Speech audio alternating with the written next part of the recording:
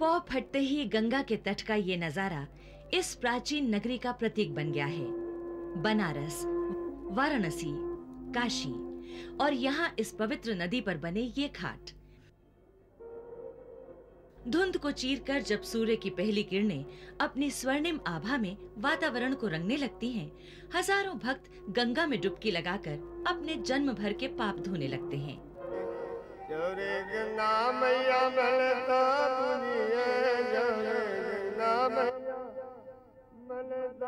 लगभग सभी परिचित सभ्यताओं में सबसे पुरानी संस्कृति की एक प्राचीनतम नगरी है बनारस, और पौराणिक काल से ही ये शहर ज्ञान, विद्या और शिक्षा का मुख्य केंद्र रहा है।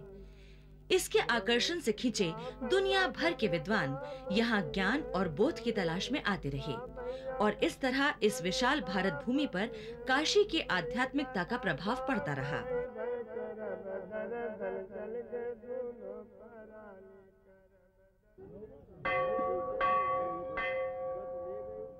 सारा बनारस एक धार्मिक प्रवाह में सराबोर है। हर नुक्कड़ पर अपना अलग मंदिर है, जिसके साथ जुड़ी है उसकी अपनी लोक कथा। हिंदू धर्म में एक मान्यता है कि ये नगरी समस्त सृष्टि का भौगोलिक केंद्र है, यानी पूरे ब्रह्मांड या कॉस्मिक क्रिएशन का केंद्र बिंदु। शायद यही वजह है कि हिंदू धर्म में पूजनीय लगभग सभी देवी देवताओं का इस नगरी में वास है।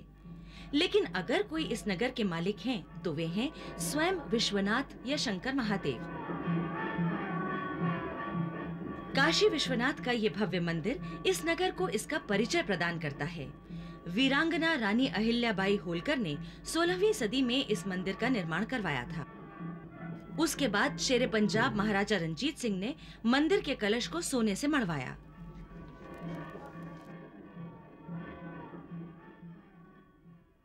पारंपरिक रूप से भारतीय लोग यात्रा पर तीर्थ के अभिप्राय से ही निकलते थे।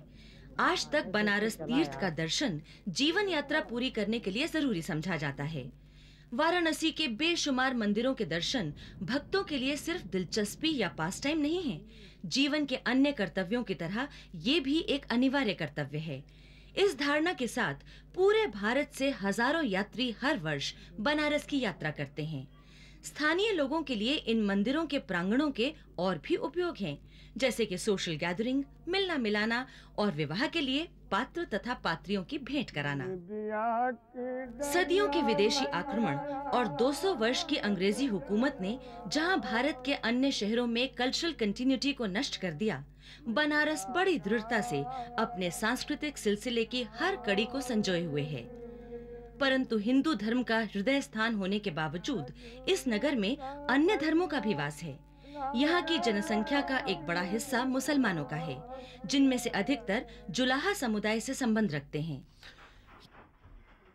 ये समुदाय सबसे प्रख्यात है अपनी बनारसी साड़ियों के लिए।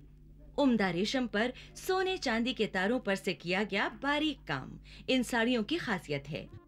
भारतीय नववधुओं की विवाह वस्त्रों की सूची बनारसी साड़ियों के बिना अधूरी रहती है। पूरे बनारस में इन साड़ियों को बेचती बेशुमार दुकानें हैं, जहां आप अपनी मनपसंद साड़ियां कैश या क्रेडिट पर खरीद सकते हैं। क्रेडिट पर खरीदने से ये साड़ियां कुरियर द्वारा निर्धारित पते पर पहुंचा दी जाती हैं, जहां बाकी पेमेंट किया जा सकता है। धर्म के साथ बनारस ललित कलाओं का भी एक मुख्य केंद्र है। संगीत और नृत्य का एक प्रमुख घराना है बनारस घराना, और यहाँ के कलाकारों में एक विश्व विख्यात नाम है उस्ताद बिस्मिल्लाह खां का। इनका पुश्तैनी निवास कला प्रेमियों के लिए किसी तीर्थ स्थान से कम महत्व नहीं रखता।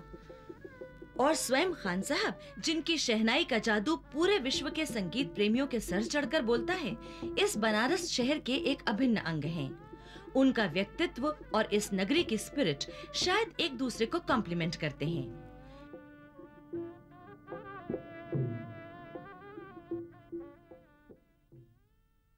हिंदू धर्म का केंद्र होते हुए भी इस नगर ने कला को धर्म से ऊपर रखा है। इस भावना का एक ज्वलंत प्रमाण है विश्वनाथ मंदिर में होती आरती के साथ शहनाई की मंगल ध्वनि से संगत करते ये मुसलमान शहनाई वादक।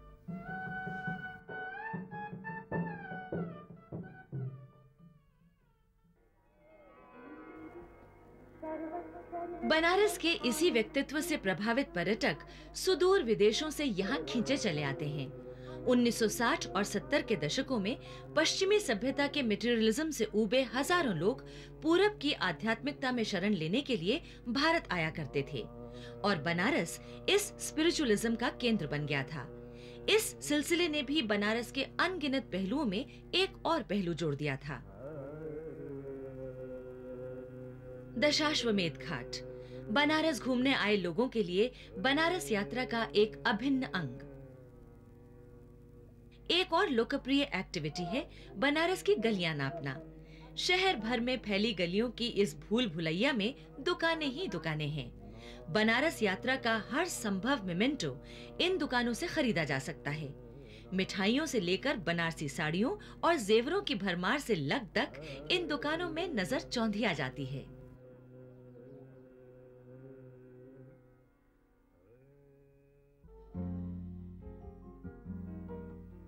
टूरिज्म के नजरिए से वाराणसी में हर सुविधा उपलब्ध है। एक तरफ अपर क्लास टूरिस्ट्स के लिए कई 5 स्टार होटल, तो दूसरी तरफ बजट यात्रियों के लिए गंगा के किनारे छोटे छोटे रैन बसेरे और पेइंग गेस्ट अकोमोडेशन।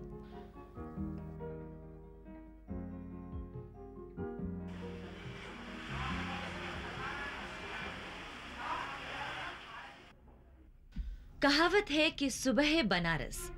तड़के सुबह सवेरे व्यायाम करते ये युवक इस सुबह को एक और रंग दे डालते हैं।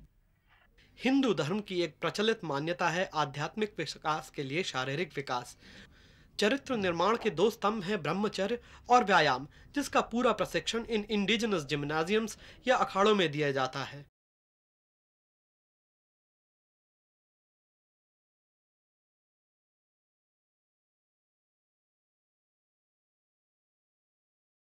टूरिस्ट न सिर्फ ये नजारे देख सकते हैं बल्कि उसमें कुछ देर तक भाग भी ले सकते हैं। इस तरह से बनारस की जीवन शैली को करीब से देखा और अनुभव किया जा सकता है। स्थानीय बनारसी के जीवन में जल्दबाजी का कोई स्थान नहीं है। यहाँ हर काम लेजरली पेस से ही होता है और सड़कों पर भीड़ इतनी कि जल्दबाजी करने वाला जरूर किसी रिक्शे से जा टकराए। गंगा के धीर शांत प्रवाह में नौका के ऊपर से बनारस को हर रंग में देखकर जीवन के सत्यों से अपरिचित नहीं रहा जा सकता।